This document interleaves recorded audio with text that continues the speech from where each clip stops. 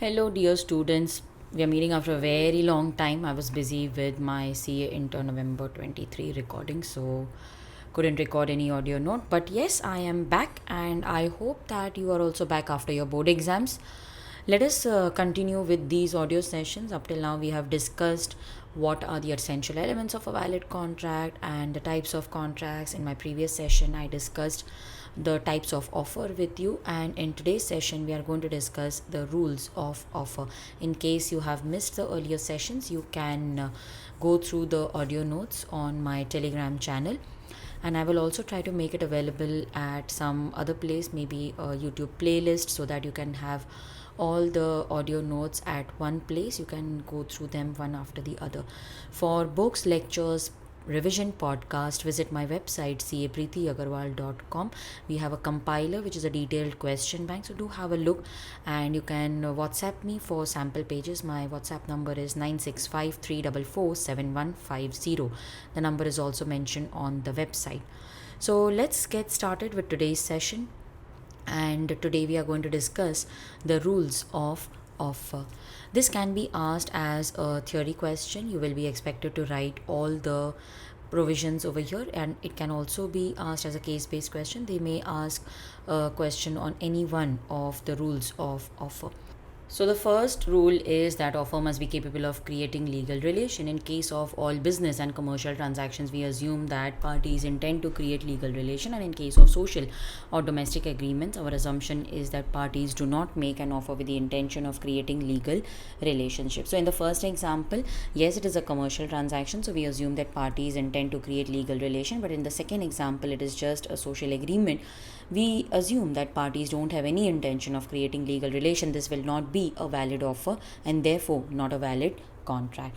The second rule is that offer must be properly communicated. Of course, when the other party comes to know about the offer, only then he can accept it.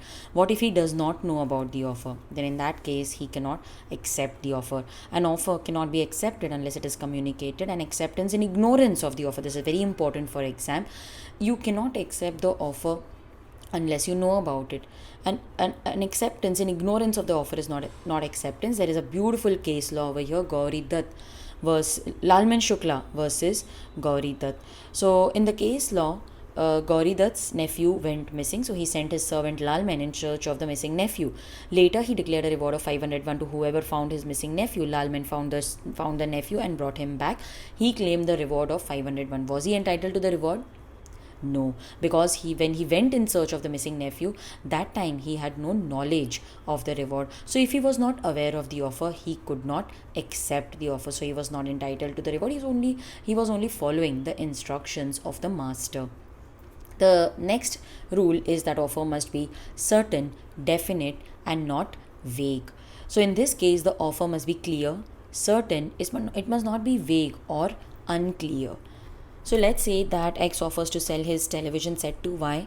He's mentioning the type of television, Sony Bravia. He's mentioning the price at which he's offering to sell. Model number is mentioned. Everything is very clear. It's a valid contract and it's a valid offer. But what if X offers to sell 100 liters of oil to Y? It's not a valid offer because the kind of oil is not specified.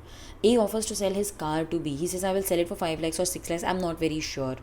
So in this case, he's not certain about the price. The terms are not certain. It will not be a valid offer and it will not create a valid contract. The next rule is that offer may be conditional. Yes, you can impose conditions along with the offer, but the only requirement is that the conditions must be communicated along with the offer. If you communicate the conditions later on, then the offeree is not bound by those conditions. So the requirement is that the conditions must be communicated clearly along with the offer, and these conditions must be reasonable. So let's say that X offers to sell his house only to, or rent his house, but only to a vegetarian family. Now in this case, his offer is conditional. It is allowed provided the conditions are communicated along with the offer. The next rule is that offer should not contain a term, the non-compliance of which amounts to acceptance. Like X offered to marry Y, and he says that if you don't reply by today evening 5 o'clock, I will assume that you have accepted my offer. See, offerer cannot say that if the offer is not accepted before a certain date, I will presume that it is accepted. offer must be communicated. Similarly, acceptance must also be communicated. If the offeree does not reply, then there is no contract. The next the next rule is that offerer must communicate special terms or standard forms of contract. So if there are special terms, conditions, they must be communicated along with the offer. What are these standard form of contracts? So let's say, for example, you went to open a bank account. They will give you an account opening form. If your friend goes to open the bank account in the same bank, they will give the same account opening form. So these are standard form of contracts because they are pre-printed forms, and anyone who wishes to enter into contract will be given the same form. Normally what we assume is that the contract is between the buyer and the seller, so it's a unique contract, but these are all standard form of contracts. Anyone who's going will get the same form, will get the same terms, it will be the same kind of contract. Now in case of special terms, they have to be communicated along with the offer. Offeree will not be bound if the terms are communicated later. Okay, so you have to communicate the terms along with the offer. Now let's say that X and Y, they went to Switzerland, and they took an apartment instead of a hotel because hotels are very expensive, and the hotel owner informed them of all the terms and conditions at the time of offer. So he told that please lock the rooms, we will not be responsible for loss of luggage, and the refrigerator is fully stocked. If you remove anything, you will be charged for it. These the couple, they kept their property or the bags in the room. They went out for sightseeing. When they came back, they saw that their bags were stolen. Will the apartment owner be liable for the loss? No, because the terms were communicated. But what if the terms are not communicated? What if he only pastes a notice on the wall and he doesn't even inform them to go and read the notice? So in that case, since the terms were not communicated properly, then the hotel owner or the apartment owner will be liable for loss. So in case there are special terms and conditions, you can impose them, but they need to be communicated along with the offer. What about standard form of contracts? See, they are all contracts relating to insurance, railway, shipping. They are applicable to each and every customer. So if there is some fine print, then it must be brought to the notice of the other party.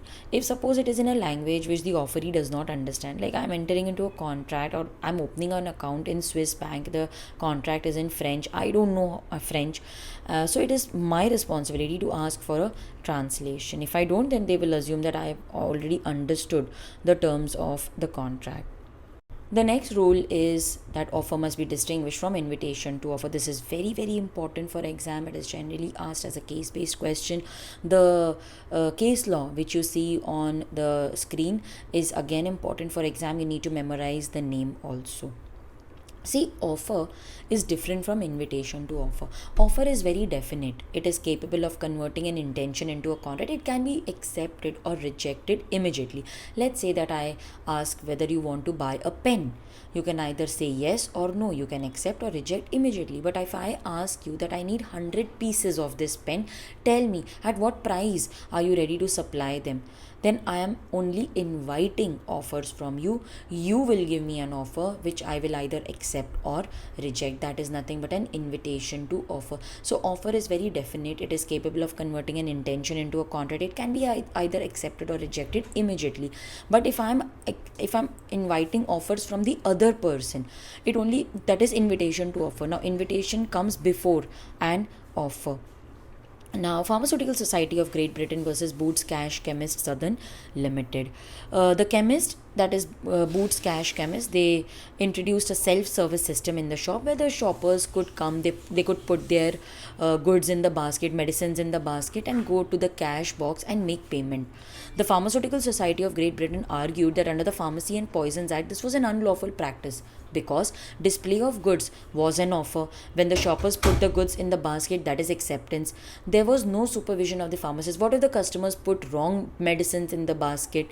Since the offer is accepted, there was no supervision of the pharmacist. Boots had violated the law. But that was not the case because display is just an invitation to offer.